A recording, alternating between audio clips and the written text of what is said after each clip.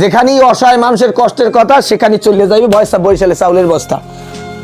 জাকাত ভিত্তিক অর্থনৈতিক যদি থাকতো তাহলে আমার মতো পাগল ছাগল জাহান্নামের আসামি আমাকে তাহলে চাউল ডাল তেলের পর গিয়া ভিক্ষা করা লাগতো না।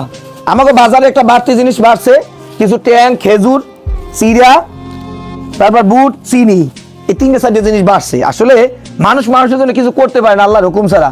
আমাদের জন্য দোয়া করবেন। কেউ যদি সহযোগিতা করতে চান তাহলে বিকাশ নাম্বার দেওয়া আছে।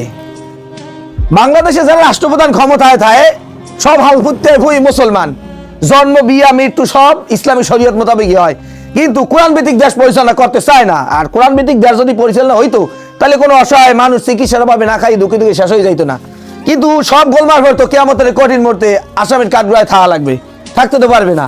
কিন্তু তখন আল্লাহর জালে যখন পেশাই যাবা তখন কি করবা দিশা পাবে না। হায় হায়, আমি তো রাষ্ট্র ক্ষমতায় আসলাম, আল্লাহ আমি যদি ইসলামী শরীয়ত দেশ পরিচালনা করতাম আজকে আমের দরবারে আমি আস্তে আস্তে জান্নাতে যাইতে পারতাম। কিন্তু আল্লাহ আমাদের মালিক ইয়াউমিদ্দিন, বিচার দিনের মালিক, ওই দিন কোনো গোলমাল করে ছাড়বে না। তাই মোরা সাধারণ মানুষ, ভাবিষ্ট মানুষ, একটু সবের আশায় কামগুলান ধরতে আসি। বিকাশ নাম্বার দেওয়া আছে, 2-4-5টা দান করলে করতে পারেন।